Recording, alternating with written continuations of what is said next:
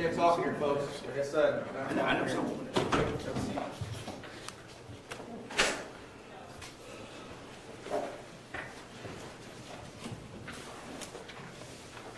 All rise.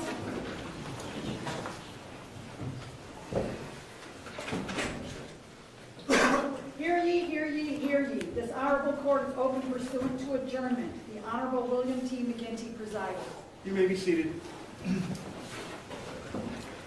Afternoon, everybody.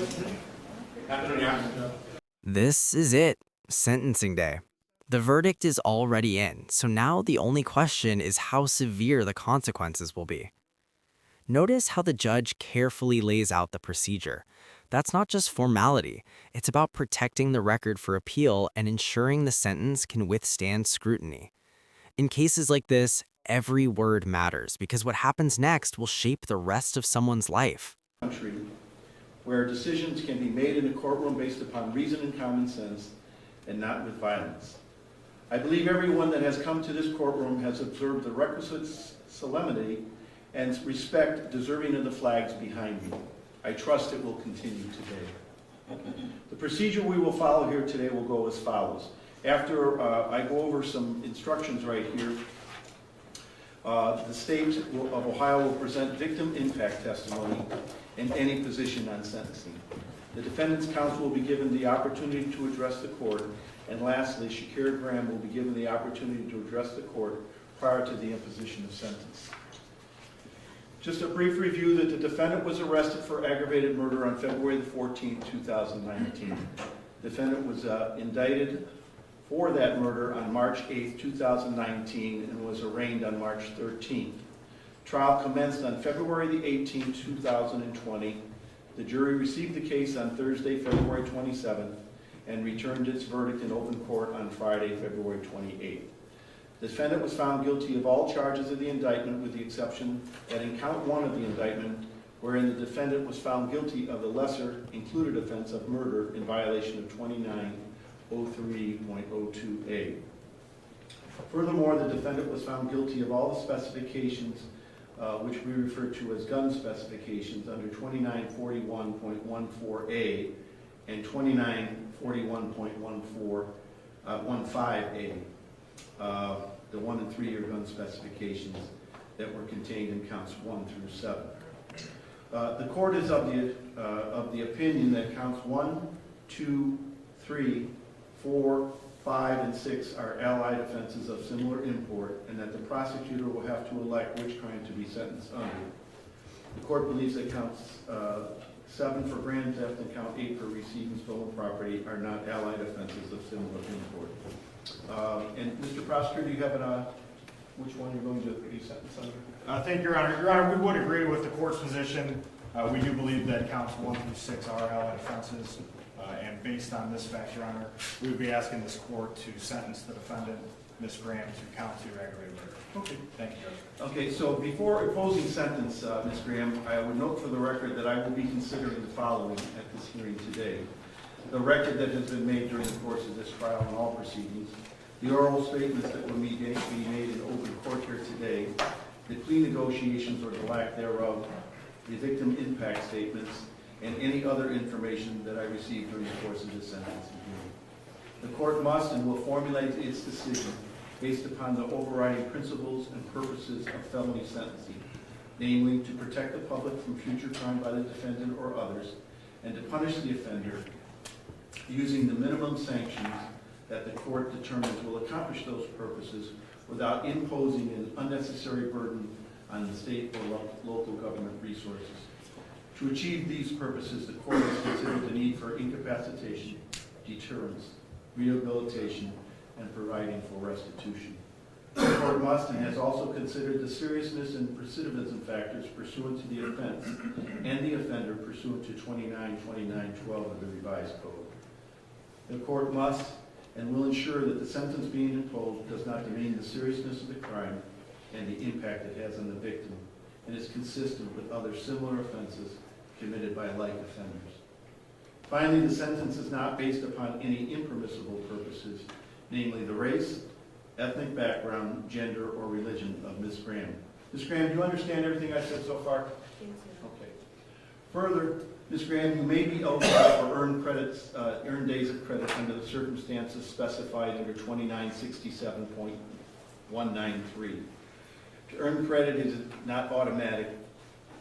You may only do so by productive participation in educational, vocational, and/or substance abuse treatment programs and/or prison industrial employment of up to 8% of your stated prison terms. Post-release control notifications pursuant to counts 7 and 8.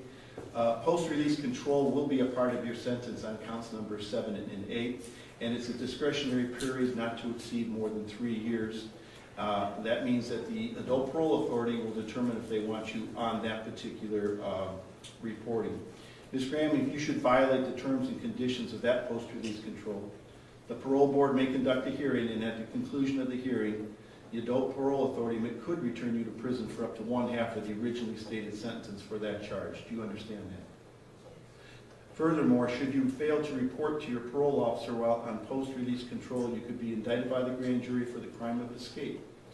Furthermore, if you should commit any felony while on post-release control at the conclusion of the case, either by trial or plea, the sentencing judge for the new case would have the option of sentencing you to an additional 1-year sentence or what time remains on your unused supervision time consecutive to that new original sentence. Do you understand that? Okay. So at this time right here, I will turn it over to the State of Ohio for any presentation that they may have. Okay? Thank you, Judge. Your Honor, at this time, the state is going to be called for Meshach Cornwall's mother, Jacqueline Harrigan, who would like to address the court. Okay. Come forward.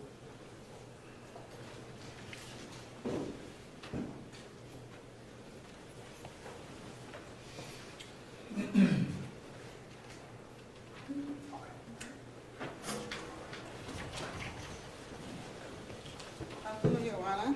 Good afternoon. And again, for purposes of the record, would you please state your name, spell your last name for the record?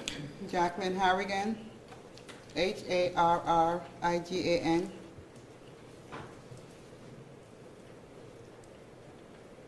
On December 17th, I boarded a plane at 8 o'clock.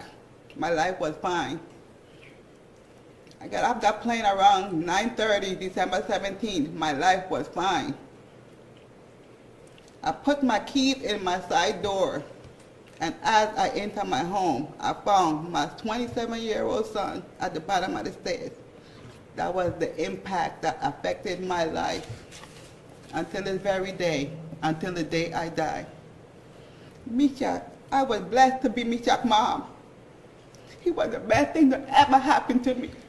People always used to compliment me about how wonderful my son was. He never gave me no problems, Your Honor, besides a speeding ticket or going to traffic court. You understand me? I had a wonderful son. He loved his mother. We had a good relationship.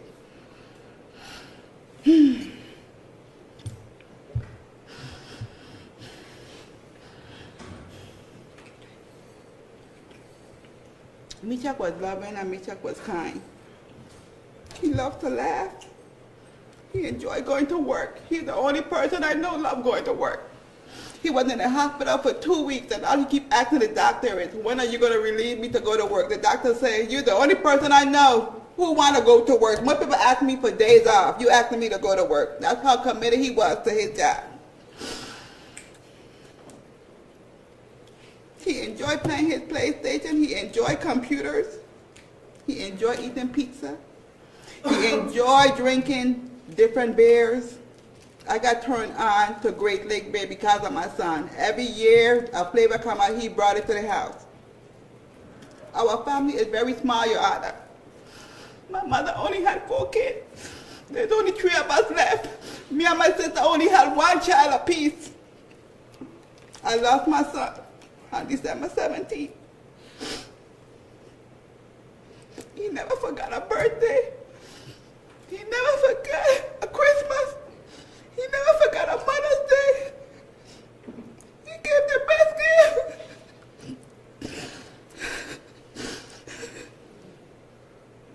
My son was getting his credit together. He wanted to buy a house in a couple of years.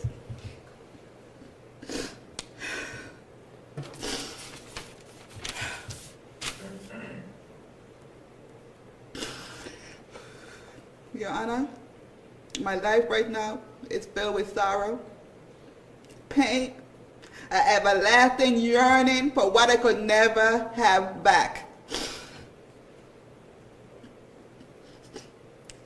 I sat here for 2 weeks, and my heart grieved for this young lady, even though she took my son away, because she is just so foolish and ignorant to waste her life and to take my son's life. And for what? A PlayStation, some weed, a liquor, 2 guns? I mean, how long did that last her? A day? Come on now, they said they threw her out the hotel the next day, so how long did that money last her? She took my son's life, Your Honor.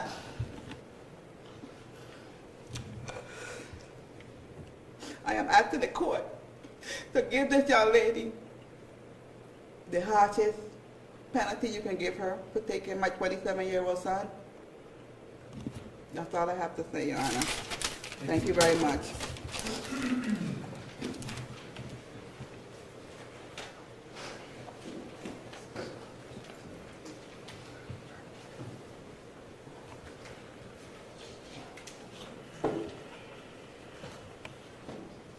Your Honor, I think Mom is the only one that is going to end up speaking. Judge, I think, I said this to the jury, and it always, I get reminded of it again when we come in here.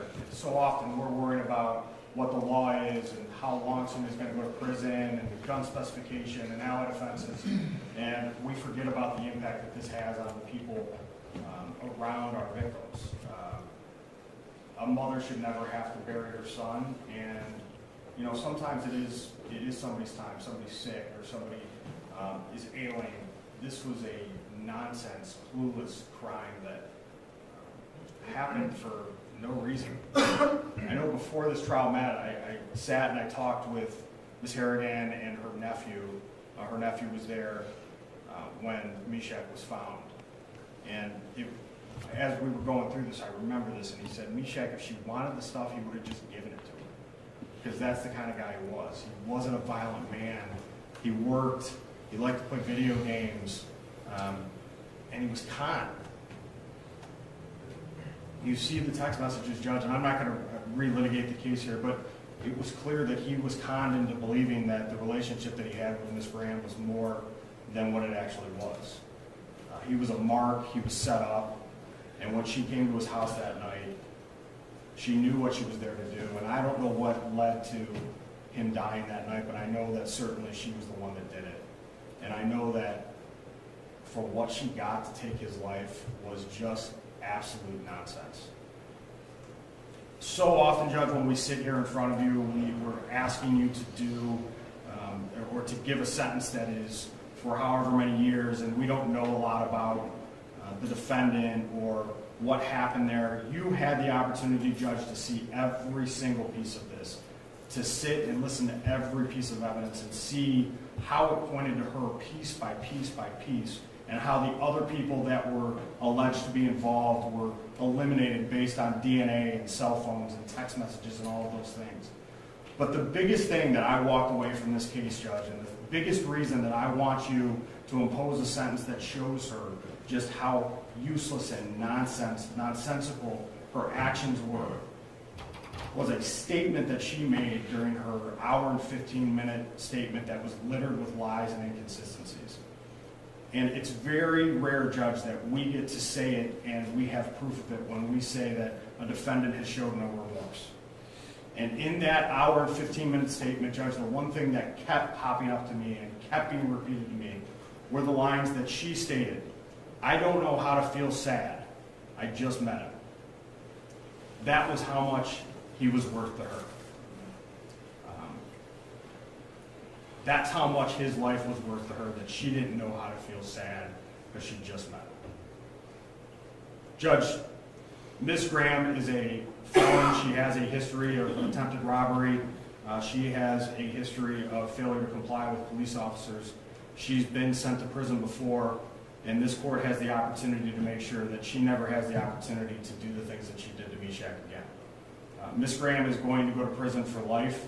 Her sentencing range is going to be anywhere from 23 to life without the possibility of parole, with 3 years for the gun specification. I would ask you, Judge, to remember what you heard here, remember the legacy that Meshach left, and remember the pain that the family will be in for the rest of their life when you impose your sentence. Thank you, Judge. Thank you, sir. Mr. Sims? Your Honor, may it please the court, on behalf of Ms. Graham, we are sorry about what happened to Meshach. We are sorry that that day happened. Your Honor,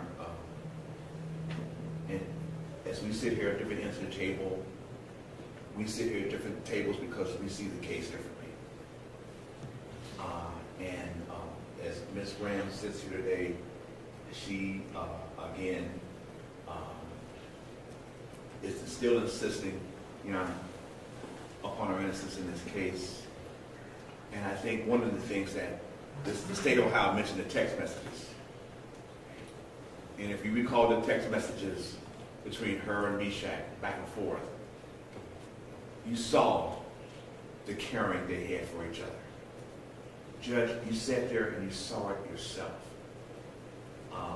Again, the jury saw it a different way. Judge, I think that the jury lost their way, in my opinion. But that was the verdict. That's how we work. We live with the verdict given us by the jury. We don't always agree with the verdict, but that was their verdict. And again, Judge, she's very sorry and compassionate, and wish that day never happened to someone that she really cared about.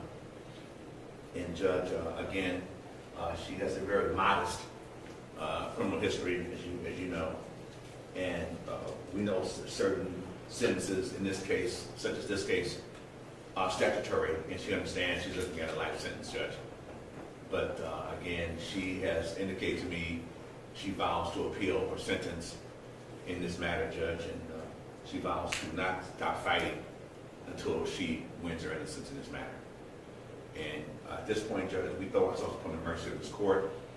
I think her dad would like to say a few words, and then Shakira would say a few words, if that's appropriate, Judge. Okay. Sir, you want to come forward?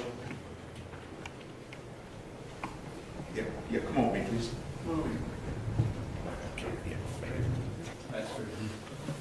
State your name for the record, please. My name is Colonel Graham. Last And your name relationship to Shakira, please. Graham. Graham. I'm Shakira's father. Thank you, Judge, for letting me address the court. I appreciate the way in which you conducted this court. I sat here too for 2 weeks. I'm Shakira's father. Her mother's also present in the courtroom, along with her stepmother and also other members of our family. I do apologize. I do want to express my sympathy to Ms. Harrington in the death of her son. I want to say simply, as I sat here, I want you to know I've been a pastor. I'm a United Methodist pastor. And I've served in that capacity for 34 years. Her mother's also a pastor. In my 34 years as a pastor, on 9 occasions, I have stood with families and I've eulogized their family members that have been murdered, many who are unsolved. One of the persons in the courtroom today who has been here is Sister Denise McCrae. Her son, 29 years old, murdered in Cincinnati. I eulogized her son. Just in January, I eulogized the son of a friend who was Shakira's age in Akron, Ohio, killed on New Year's Eve. My daughter was raised in a home with pastors. She was taught right from wrong. It is my full belief I accept the decision of the court. But as her father, as someone who knows her, I do not believe that my daughter committed the act that she has been convicted of. I simply ask, Judge, that you would use your discretion as you have in her sentencing. She has 2 small children at home, and I know that you are required by law to do what you must do. I will pray for her. I will pray for this family. And I pray that all will somehow find healing, and I pray for a day of justice. I pray that somehow the person who committed the act will be found. In the meantime, the court has spoken, and I pray that you would just show leniency, that one day my daughter may be able to embrace her 2 young children who await her at home. I thank you for allowing me to address this court, and I pray, again, I just pray for all of those impacted by what has happened, the death of this young man. Thank you for letting me address the court. Your Honor, Shakira Graham, like to say a few words. Okay. Ms. Graham? You want to stand where you are? I didn't see it, yeah. Yeah, could you, right here. Can you get up? Thank you. Your Honor, I would like to first thank you for the part that you played and partake in seeking justice. I would like to thank everybody who seeks justice. And I would like to express my condolences to Bishop's family. I would also like to acknowledge that I did not come to trial as a self-possessed murderer seeking to be found not guilty and killed as a murderer. While I came to trial to fight for my innocence, and I'm sorry for what happened to me, but I will continue to fight for my innocence. And that's all. Okay, thank you.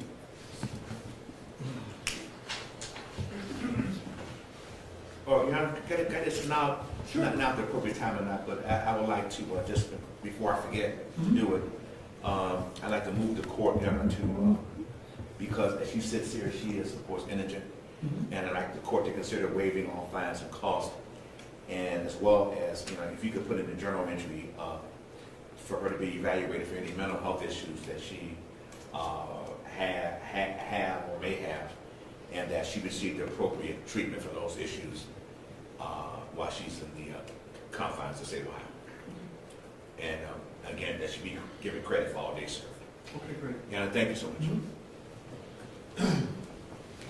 So we're here again in case number 637307, State of Ohio versus Shakira Graham.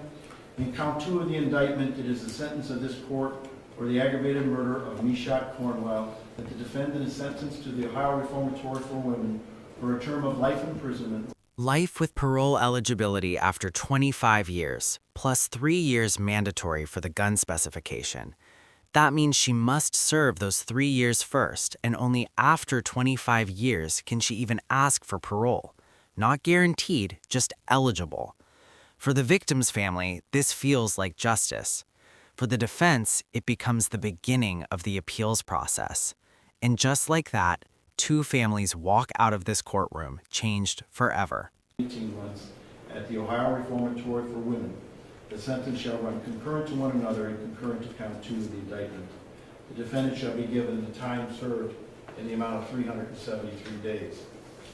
Shakira Graham, it is my duty to inform you of your appellate rights that you possess here today pursuant to Ohio Criminal Rule 32B. This is notification of your right to appeal pursuant to this rule. Since you have been found guilty and sentenced to prison, you have a mandatory right to appeal. As indicated by your lawyer and with your statement of it, are you unable to pay the costs of the appeal? Okay. Then counsel will be appointed for you without cost. That if are you unable to pay the cost of documents necessary to appeal? Yes. The documents will be provided without cost. The defendant has right to have a notice of appeal timely filed on her behalf. And that would be your last duty, Mr. Sims, to have that notice of appeal filed? Your Honor, that will be filed this week. Thank you very much. Thank you. Therefore, then, we will order that the transcript be provided at state's cost, and counsel will be appointed and will be in either today's journal entry or by the end of the week. Anything further from the state of Ohio? No, Your Honor, thank you. Anything further from the defendant? Your Honor, thank you. Okay. Nothing We're further. adjourned then. All rise.